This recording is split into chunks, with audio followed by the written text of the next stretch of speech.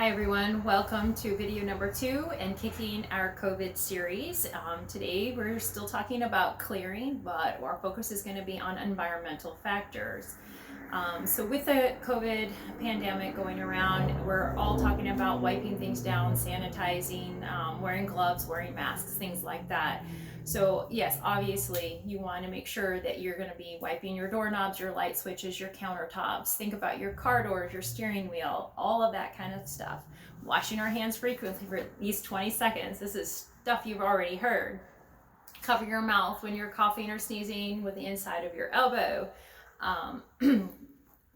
Wiping down your grocery cart. If you even get a chance to go shopping, now everybody's having delivery done, then you got to make sure you keep the boxes sanitized, the contents in the box sanitized before you ever touch them. It's an endless ordeal that we're dealing with now, but that's not the only threat. Think about the EMFs, or electromagnetic frequencies, that are in the air from all of our electronic devices. And we're using them even more now. Our cell phones, our radios, our TVs, computers, things like that. They put off positive ions, which actually are bad. That's why when we go to the beach, it's full of negative ions and we feel so much better and balanced and refreshed, because it does kind of counteract all of these positive ions. But what can we do? We can limit ourselves, especially before bedtime. It would be good to stop entertaining ourselves or communicating or whatever, to give us a chance to be away from those and start settling down so we can sleep, which we'll talk about that a little bit later as well. Then you want to think about maybe our food. If we're trying to buy shelf-stable items, which I think that's kind of our tendency, there's a lot of packaging chemicals and preservatives and things like that in these foods. So if at all possible, try to bring in as many fresh fruits and vegetables that you can, and be sure to wash them though, not just rinse them off.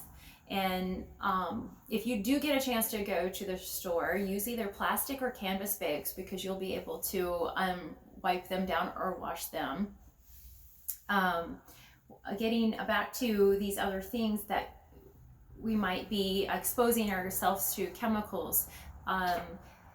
Think about your household cleaners. I know we want to be using bleach and things like that because it's going to kill the germs, but there are other things that will do just as well that are not necessarily negative in the chemical realm. Your essential oils work really well. Vinegar is a great alternative. Anything that has a natural base to it. You can think about swapping out, some of those cleaning supplies. But then when it comes to things like your canned goods, your register receipts, and plastics, there's a lot of BPAs out there that can cause a lot of harm to our bodies, and it builds up over time. I already mentioned the pesticides, so try to buy organic when at all possible. It's not perfect, but it is better.